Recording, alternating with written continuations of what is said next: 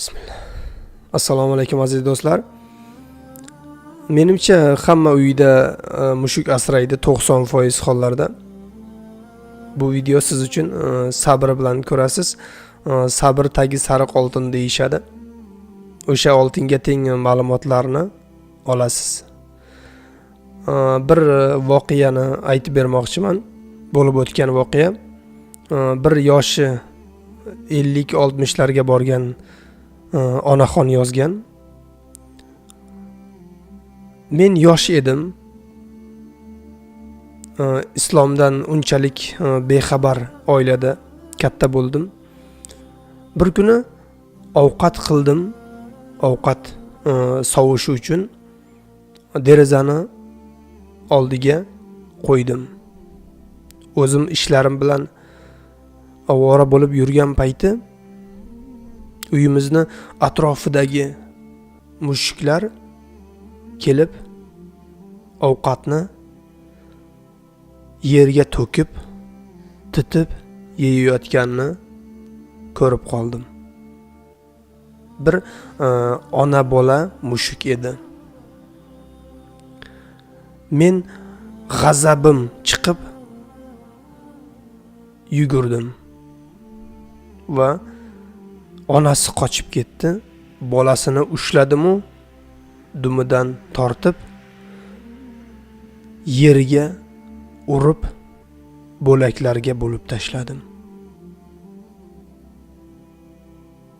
Qarang, odam jahli chiqqanda odamning ichidagi maxluq uyg'onib ketadi. Jahl bu shaytondan. Shuning uchun jahli chiqqan payti istig'for aytishimiz kerak.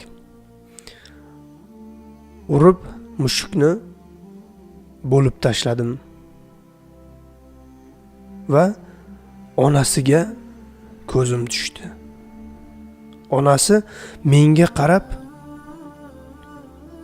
ko'zida yosh bilan tikilib turardi. Men mushuklarni, ya'ni hayvonlarni yig'laganini ko'rmaganman, eshitmaganman. Xuddi sen mening bolamni o'ldirding. Seni Allohga soldim deyotgandek edi. Badanim titrab ketdi.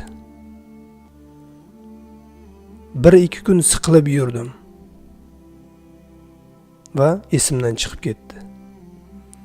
Bu oddiy mushuk bo'lsa, hayvon bo'lsa deb o'ynab kulib bu voqealarni ham esimdan chiqardim. Oradan oylar, yillar o'tdi. Uyimizdan sovchi arimasdi. Bir o'zim yoqtirgan yigitga turmushga chiqdim. Baxtli yashardik. Hayotimiz yaxshi edi. Shu orada Alloh bizga o'g'il farzand ato etdi. O'g'limiz 7 yoshga to'ldi. U eshak bilan o'ynashni yaxshi ko'rardi. Bir kuni biz yo'q payti eshakni beliga ipni bog'lab qolganini o'zining beliga bog'lagan. Qishloqning itlari eshakni xurkitgan. Natijada eshak jon jahdi bilan yugurib bolamni sudrab qochgan. Bolamni bo'lak-bo'laklarga bo'lib tashlagan. Bolamni bo'laklarni yig'ib bolam, bolam deb yig'lab birdan 10 yil oldin bo'lib o'tgan voqeani ko'zida yosh bilan qarab turgan mushuk esimga tushib qoldi. Bolam 7 yoshga to'lsa-da men payg'ambarimizni ismini ham o'rgatmabman.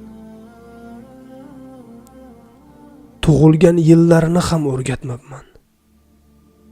Musulmon kim? musulmon kishi qanday bo'lish kerak? Unaqa narsalarni o'rgatmabman. Hozir kim bolasini olib, sen payg'ambarlar tarixini bilishing kerak. Payg'ambarimizni bilishing kerak. Makka tarixini, Makka-i Munavvarani bilishing kerak deb, payg'ambarimiz yashab o'tgan joylarni bilishing kerak deb qaysi ota-ona bolasiga o'rgatyapti? Bu hikoyadan ikkita xulosa chiqarsak bo'ladi. Birinchisi, mushukka ozor berdi. Farqi yo'q, qanaqa jonivorga ozor berishidan, qanaqa insonga ozor berishidan. Bir kuni qaytadi. Mushukni oddiy hayvon deb o'ylaymiz. Mushukmi boshqa hayvonmi? Bizda mana shunday odat bo'lib qolgan. Hayvon sifatida uning qaytar dunyo ekanligini bilmaymiz. Ikkinchisi, farzandimizga yonimizga o'tirg'izib musulmonchilikni, ilmni o'rgatmaymiz. Ko'zimizdan nariroqda bo'lsa bo'ldi. Bizga xalaqit bermasa bo'ldi. Bir narsani unutmaylik. Alloh taolo farz talab qiladi. Payg'ambarimiz sallallohu alayhi va sallam sunnat talab qiladi. Zamon o'tishni talab qiladi. Aqli ayol rizq talab qiladi. Egnimizdagi farishtalar og'zimizdan chiqqan yaxshi yomon so'zlarni yozib borishni talab qiladi. Shayton gunoh talab qiladi. Nafsimiz shafqat talab qiladi. O'lim farishtasi jon talab qiladi. Biz hayotda shunday yashashimiz kerak. Bir Nokia telefonlari bo'lardi. O'shanda yozilganlarni ko'rdim, lekin haqiqatdan mana shu to'g'ri deb o'ylayman. Mana shu Nokia telefonlar haqiqiy erkak bo'lib o'ldi. Sababi u har xil saytlarga kirmadi. Ochiq sochiq qizlarning suratini birovlarga ko'rsatmadi. G'iybat tarqatmadi. Mana shunday telefonni ta'riflagan, lekin mana shu ozgina narsadan ham o'zimizga xulosa chiqarsak bo'ladi. Oxirigacha tinglagan bo'lsangiz, o'zingizga kerakli bo'lgan xulosalarni chiqaring. Men ham o'zimga kerakli bo'lgan xulosalarni chiqardim va sizlarga ilinishga qaror qildim. Allohga omonat bo'ling. Xayr, salomat bo'ling.